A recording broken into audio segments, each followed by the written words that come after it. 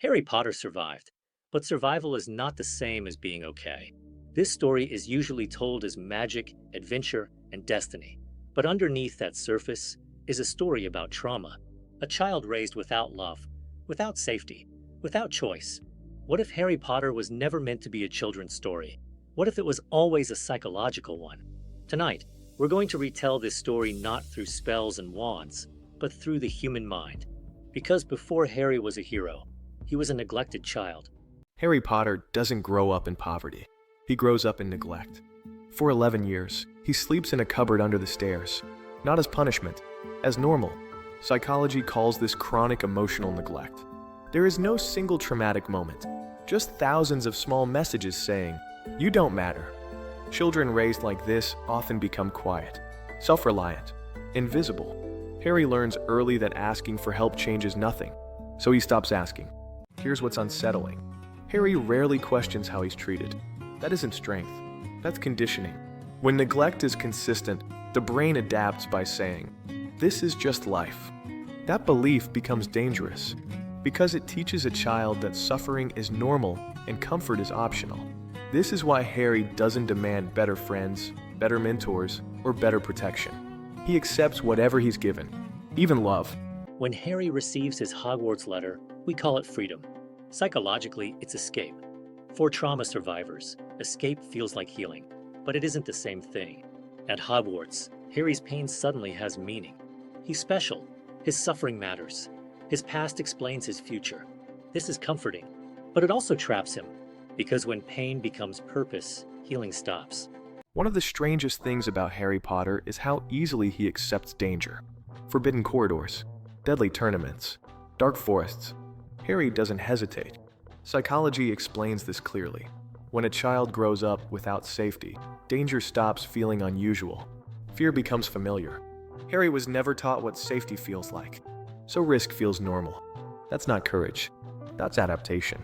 Stories love traumatized heroes because trauma creates focus, discipline, endurance. But it also creates something else, a willingness to sacrifice the self. Harry doesn't protect himself. He protects others because he learned early that he was expendable. That makes him heroic, and it makes him vulnerable. Trauma can create saviors, but it rarely creates survivors. To understand Voldemort, you must understand Tom Riddle. Like Harry, Tom grows up unloved. But where Harry adapts by enduring, Tom adapts by controlling. Psychology shows us two trauma responses. One seeks connection, the other seeks domination. Tom Riddle learns something early. If you control others, you never have to feel powerless again. Voldemort is not driven by evil. He's driven by fear. Specifically, the fear of death. Psychology calls this mortality terror. When fear of death dominates the mind, morality collapses. To Voldemort, immortality justifies anything. This is where Harry and Voldemort diverge. Harry accepts death. Voldemort tries to conquer it. Voldemort doesn't just fear death. He dismembers his soul to escape it. Horcruxes are usually explained as dark magic. Psychologically, they represent fragmentation. When a person commits repeated moral violence, the mind cannot stay whole. So it splits. Each Horcrux is a part of Voldemort that refuses responsibility, refuses guilt, refuses humanity. Immortality, at this cost, is not life. It's survival without identity.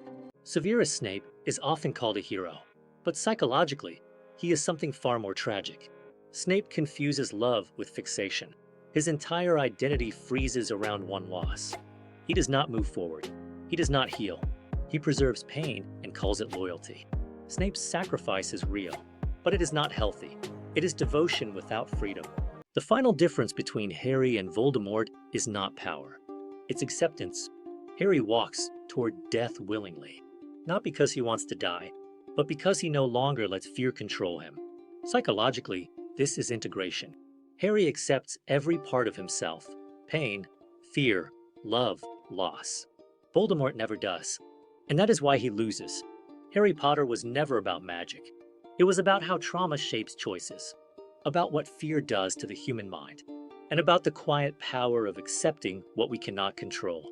The boy who lived only truly lived when he stopped trying to survive. And that is the darkest truth of all.